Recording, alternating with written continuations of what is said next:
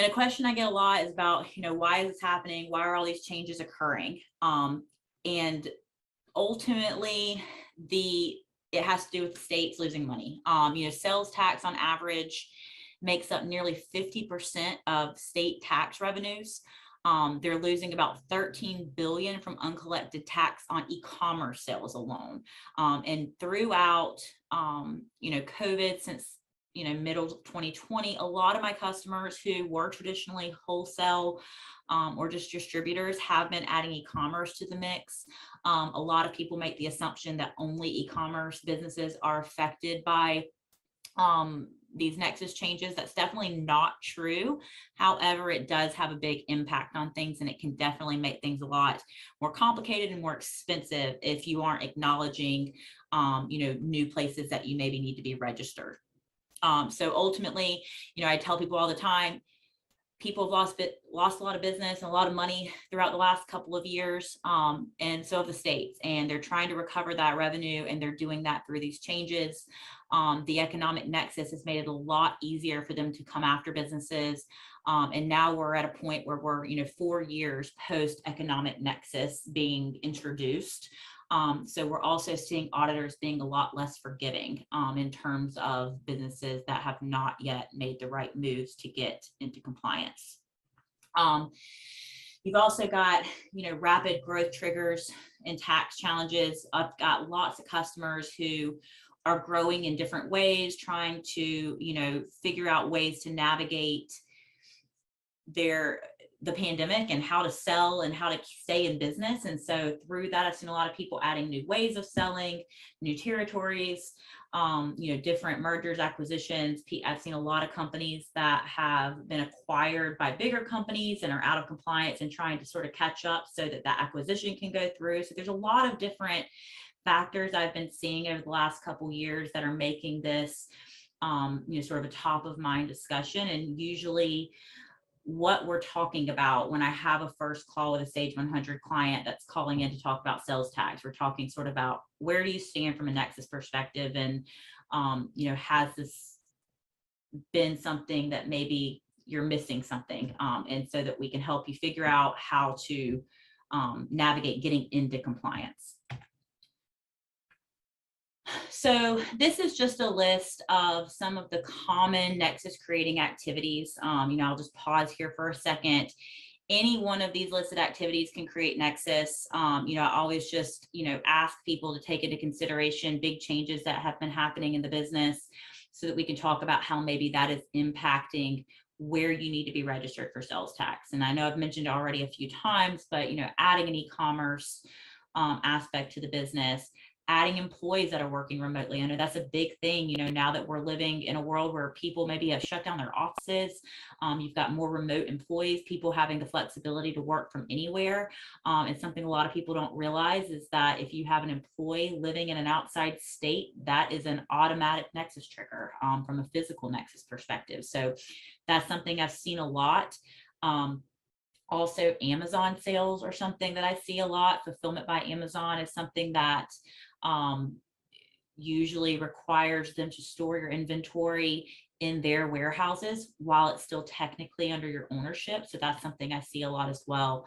So, I just encourage you to kind of take into consideration, if you have had any big changes to your business, how this might be impacting where you need to register. I'll ask a quick question for you. Sure.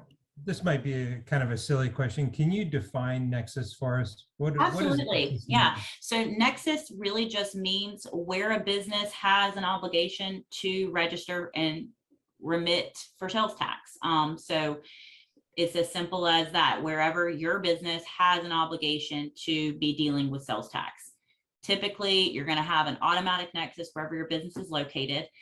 Anywhere you have physical locations, if you have offices or warehouses, those are sort of the obvious ones.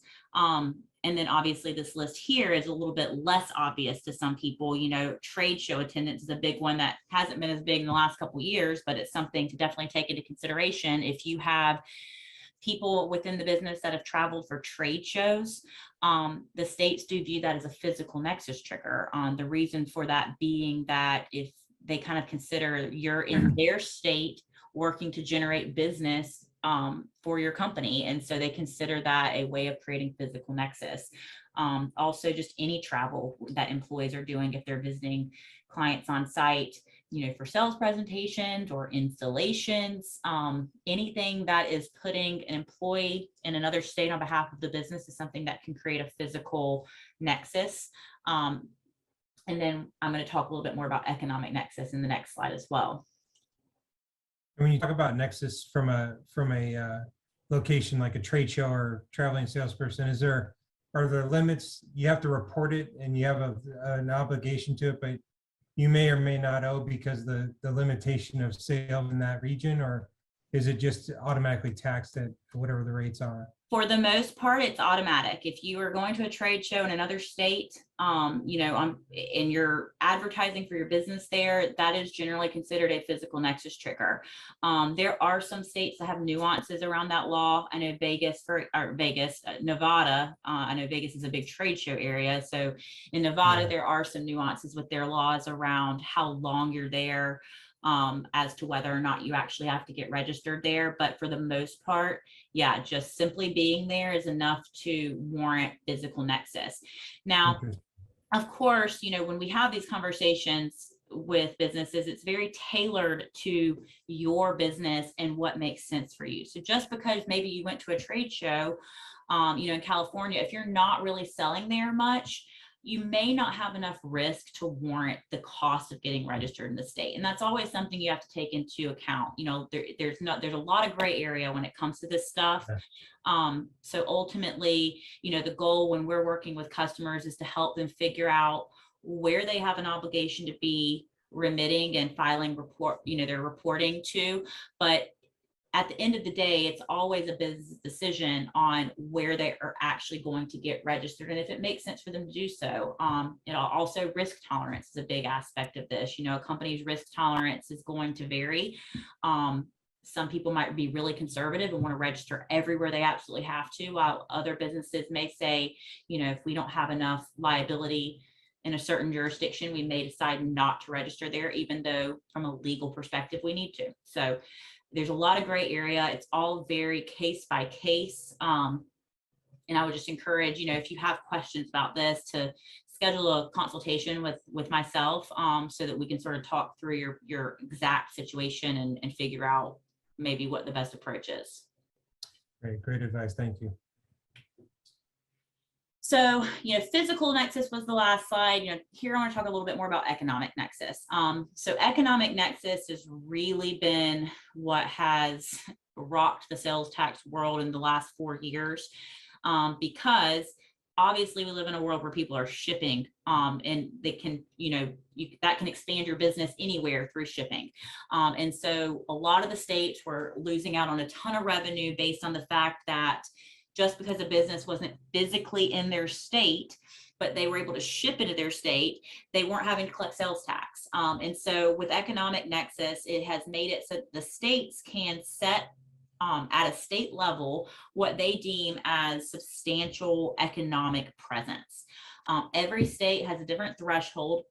You can see out here on the right side of this slide some of the examples. Some of the lower thresholds are $100,000 in sales. Some states look at transactions. So if you have 200 transactions or more, that can trigger economic nexus. And then some of the bigger states, California and Texas, they're $500,000 in sales. So it's a lot higher of a threshold. But ultimately, it's just something you want to keep an eye on. I also like to iterate that you have to keep in mind that economic and physical nexus, whatever happened first is your trigger event. So if you have physical nexus, in a state due to an employee being located there or because you've been traveling there for work for years, you don't need to worry about the economic threshold because you already had nexus due to the physical aspect. So it's whatever happens first is your trigger event. And once you've established nexus, you have it and there's not really any going back. So something that we help businesses evaluate is sort of what that trigger was, so that you can determine how long the nexus has existed. And I'll talk a little bit more about that process here in a few slides. And when it comes to manufacturing distributors around economic nexus, if they're not dealing with the end user, but they're shipping, Mhm. it's going to be an impact to them, and these thresholds would take place. Yes. Yes. So the majority of the states, 30 some of the states, actually, I can't remember if it was 32 or 34 of the states, look at your gross sales. So that means that this is absolutely impacting businesses that are not selling direct to consumer. So even if you've never had to deal with sales tax before, because all of your customers are exempt and they're providing you with a resale document or an exemption document of some kind, you still have an obligation to get into compliance, because if you've created Nexus, they want you filing in that state, and you have to prove why you're not charging sales tax. And so you do that through managing your exemption documents. And so without being registered in the right places, it can definitely be easy for those documents to sort of slip through the cracks. So, a lot of my saved clients can't, the way that all this impacts them is a lot different, because most of it does come down to managing exemptions better, not necessarily collecting sales tax. But a big thing to remember is that these thresholds, physical and economic, impact you whether or not you are selling to an end user. Thank you. So, here, some of these common triggers are the same as the physical triggers that we looked at before. These are some of the common triggers we see for economic nexus. Change in ownership, the e-commerce growth is a big one I see with a lot of my clients right now. The brick and mortar locations are something that sometimes gets overlooked. So there's just really the easiest way to think of it is, if there's any big change happening to the business, it's a good thing to have a conversation and figure out how this is impacting your sales tax compliance, so that you can make sure you're doing the right thing and not falling behind. So to kind of speak to Jeremy, your question, before, I get this a lot, most of my sales are exempt, so I don't have a sales tax problem. But this is really the main thing, like I'm saying, I deal with my customers, is helping them figure out how to handle exempt transactions. You have to, if you have a nexus in a state and you're not charging sales tax, you do still have an obligation to prove why you're not charging sales tax. And you do that through managing your exemption documents from your clients. Most of the customers I talk to are pretty honest and say, look, we have not done a good job of managing our exemption certificates. You've got salespeople collecting them, and they're just trying to get the deal closed. So maybe they're not collecting or being diligent about what they're collecting from the client. You've got, people who are storing these documents physically, and they haven't been updated in years. There's a lot of mistakes that can be made around exemption document management. And this is really very important. If you have an nexus in a state, you're not selling to an end user, you have to have the right exemption documents on file, so that if and when an audit happens, you can prove why you have not been charging sales tax. Yeah.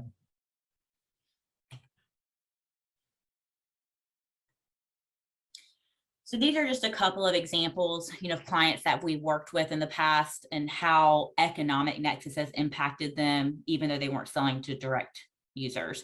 Manufacturer in New York went from being compliant with less than 75 certificates on file to all of a sudden needing over 1,000 certificates to prove that they were doing things correctly. And so 99% of what they were selling was untaxed, but all of those documents were not necessarily managed correctly, and they needed so many documents that this really changed, how they needed to work to stay in compliance.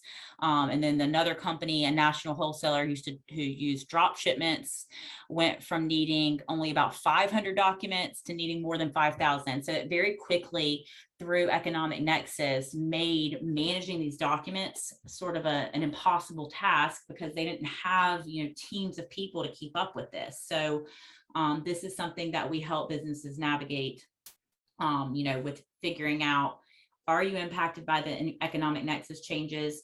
And if so, what does your document management look like? What do you need to do to collect these exemption certificates, so that if and when you get registered or an audit happens, that you are covered? This is where it gets really confusing. The more states you add, sales tax, the first thing you think about is all the rates that you have to charge. And so it's very obvious, when people have to register in multiple states and they're selling to end users and dealing with actual sales tax, it's really obvious to point out the pain that they're going to be experiencing trying to keep up with all those different rates. It's less obvious about the exemption certificates, but the reality is that every state has different documents that they require to prove your exemption status or your customer's exemption status. They all have different expirations. Florida, for example, has a resale document that expires every single year. So you have to get a new one every year.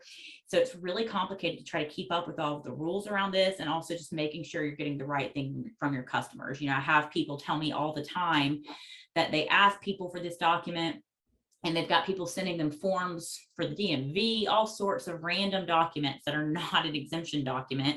You've got people providing a tax ID maybe, but without the actual physical document to back it up. And so it's really difficult to keep up with, you know, what you're collecting from each customer, making sure it's correct.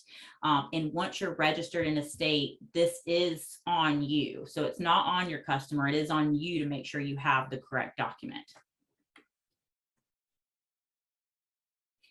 Another aspect that makes all of this very complicated is the more states you're having to register in, the more returns you're having to file. A lot of states are requiring monthly filings, even for companies that aren't necessarily dealing with a lot of sales tax. I have so many customers that are filing $0 returns on a monthly basis to multiple states. And so this is really just something that's very time consuming. You're having to go to each state website and figure out, you know, filing every single month, having to pull reports out of Excel and out of Sage and getting everything consolidated so that you can do it. It's another big challenge trying to actually, once you've charged the correct rate, if you need to charge a tax or manage the document, then you have to actually file and report back to the state, you know, sometimes on a monthly, quarterly. Some states do annual filing as well. So it just is another aspect that's creating, you know, a cost from, you know, you having to spend a week of the last week of your month just filing returns. It's not something that's generating revenue for your business. It's just time consuming and difficult.